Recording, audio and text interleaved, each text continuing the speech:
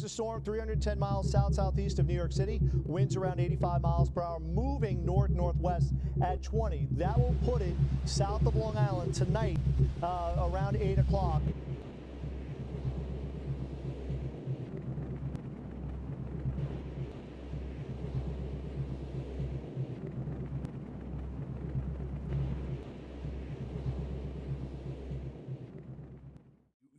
You watch the news, you see it's coming, but it's surreal. And then it hits, and then you realize, oh my God, this is real. And so that's what I remember. It was surreal. The first 24 and 48 hours, again, it was confusing because of the damage, of the impact of the storm. But we had the first precinct under the leadership of then Commander, the first precinct inspector, Jerry Gigante. He kind of like took control of the situation down in the South Shore. The South Shore was hit a lot harder than the North. But those 24, 48 hours were a bit confusing, I guess, because of the level of damage that the town had received. So it was more like an assessment at that point. We were assessing the situation. But I remember seeing the residents, especially in Lindenhurst, being in shock. I think so. If there's a word to describe that period, is of shock. Right. The town of Babylon is blessed to have some of the most beautiful beaches on the Atlantic, and also some really nice beaches on the bay side. And they were impacted tremendously by the storm.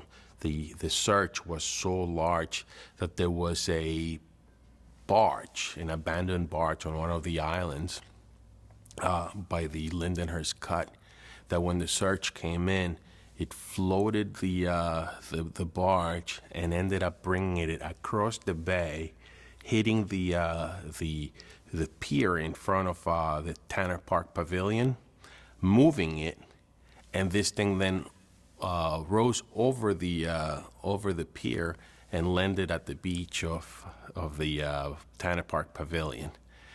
And Cedar Beach Marina was completely destroyed. Gilgo Beach Marina was completely destroyed. There were a lot of damage at Overlook, but I believe that the worst impact was at Cedar Beach.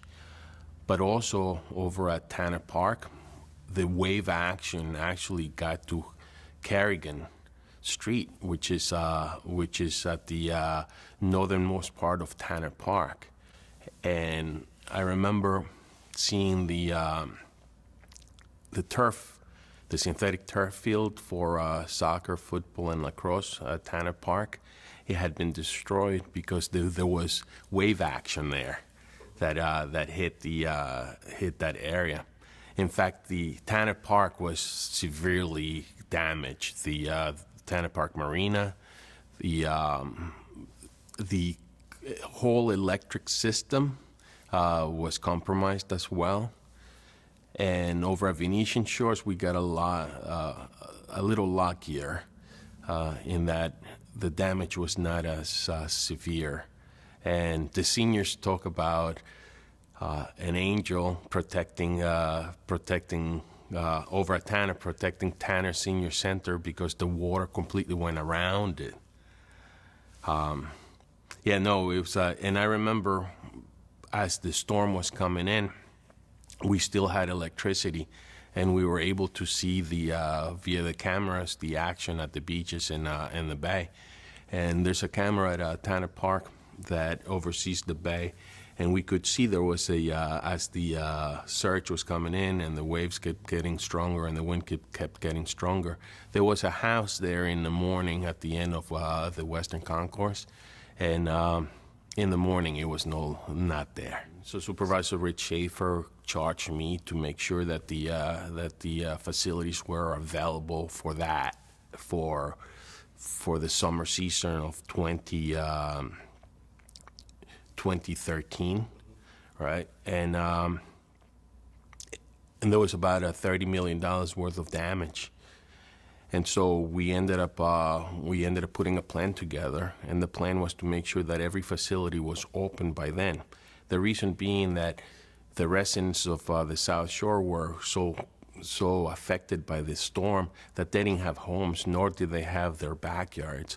So nor would they be able to go away. So we had to make sure that our facilities were available for them for that summer coming up. That way they had a place to, I guess, disconnect and recharge to continue their rebuilding. We pushed our contractors very hard.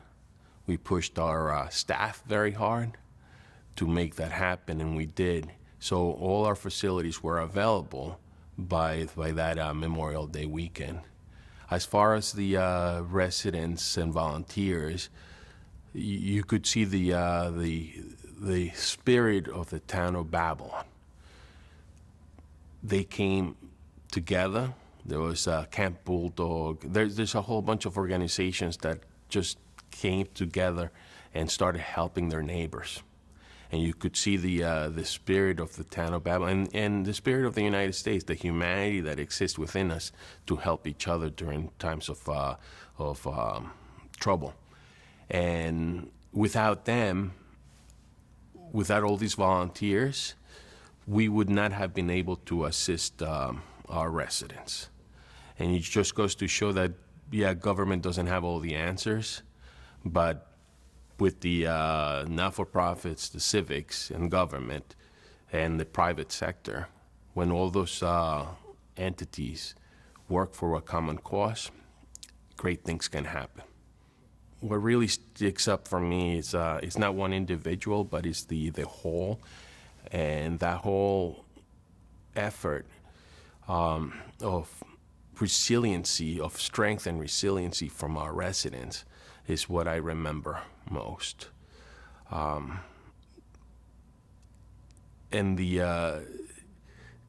those organizations that came from outside too.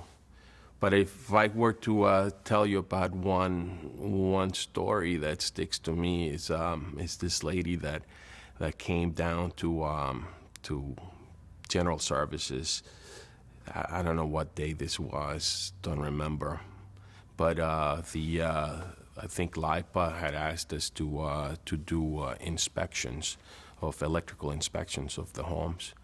And so there were teams out there doing inspections so the light could be turned on the streets.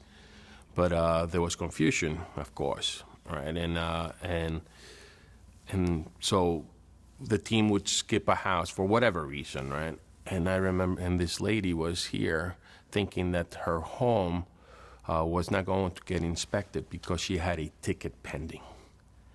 And she had her checkbook out and ready to write a check for whatever for her tickets.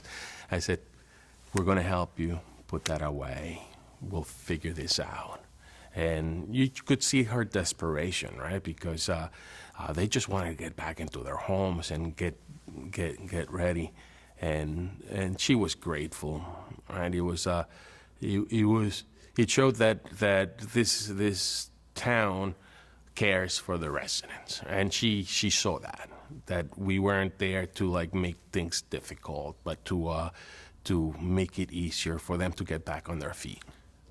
Oh yeah, from the bottom of my heart, on behalf of the residents of the town of Babylon, my family included, I want to say thank you to all the volunteers, to all the first responders, to everyone who had a hand in making sure that the folks that were affected by this storm got back on their feet.